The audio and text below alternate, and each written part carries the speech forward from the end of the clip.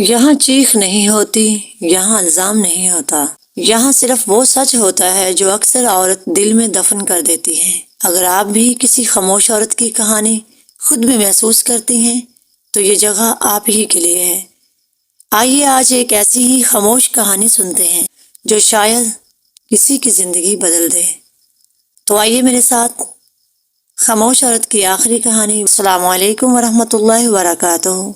میں ہوں زبیدہ، آپ دیکھ رہے ہیں میرا چینل عورت اور زندگی ود زبیدہ۔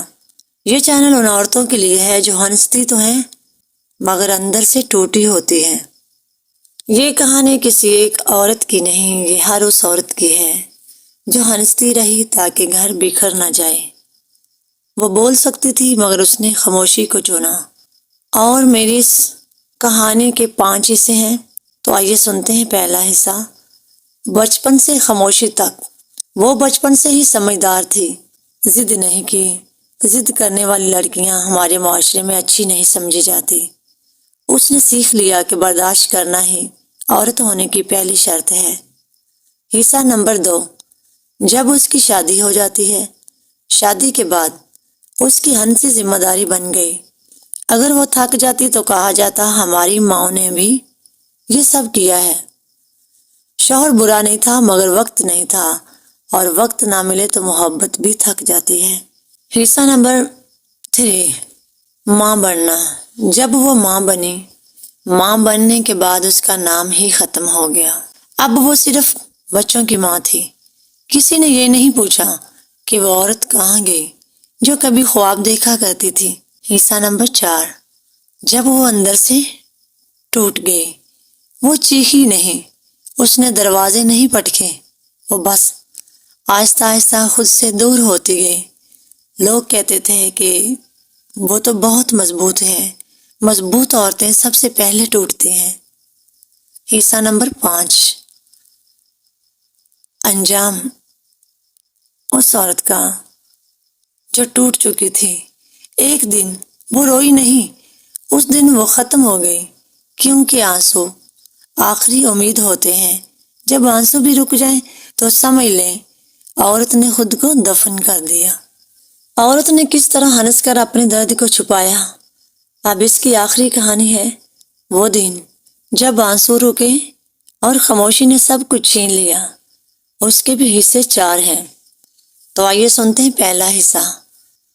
جب وہ اندر سے تنہا ہو چکی تھی، لوگ کہتے تھے تم ٹھیک ہو، مضبوط ہو، مگر کوئی یہ نہیں جانتا تھا کہ وہ ہر دن خود سے لڑتی رہی، گھر کے لیے، شوہر کے لیے، بچوں کے لیے، اور اپنے لیے تو کچھ بھی نہیں بچا۔ حصہ نمبر 2۔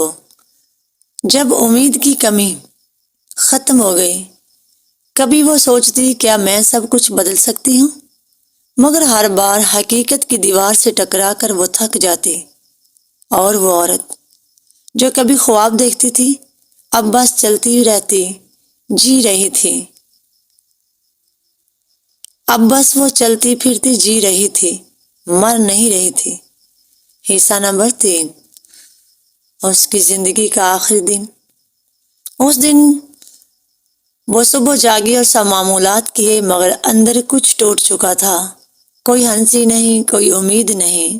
اس دن اس نے فیصلہ کیا کہ اب برداشت نہیں ہوگی۔ حصہ نمبر 4۔ خاموش عورت کی کہانی صرف ایک کہانی نہیں، یہ ہمیں یاد دلاتی ہے کہ عورت کی خاموشی کا مطلب یہ نہیں کہ سب ٹھیک ہے۔ سنیں اسے، سمجھیں، حوصلہ دیں، ورنہ خاموشی کبھی واپس نہیں آتی۔ اگر آپ کے ارد گرد کوئی عورت خاموش ہے، اسے صرف مضبوط نہ کہیں، اس کی سنیں، اس کے جذباتوں کو سمجھیں، کیونکہ خاموش عورت بھی ایک دن بولتی ہے مگر کبھی کبھار بہت دیر ہو جاتی ہے۔ اگر یہ ویڈیو دل کو لگی تو کسی ایک اور تک ضرور پہنچائیں۔ ہمارے چینل کو سبسکرائب کریں تاکہ ہر خاموش کہانی کو آواز مل سکے۔ یہ کہانی کسی ڈرامے کی نہیں، یہ ہمارے گھروں کی حقیقت ہے۔ اگر آپ کے گھر میں بھی کوئی عورت خاموش ہے تو اسے مضبوط نہ کہیں مگر اسے سنیں۔ خاموش عورت ایک دن بولنا چھوڑ دیتی ہے اور پھر کیا ہوتا ہے؟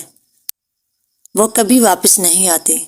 تو السلام علیکم ورحمۃ اللہ وبرکاتہ، جزاکم اللہ خیرکم۔ یہ تھی خاموش عورت کی آخری کہانی جب اس کی آنکھوں کے آنسو بھی خشک ہو گئے۔ یا رب تجھ پر چھوڑ دیا ہے سب، یا رب تجھ پر چھوڑ دیا ہے سب، دل کی الجھنیں، آنکھوں کے آنسو اور ذہن کی تھکن سب تیرے حوالے۔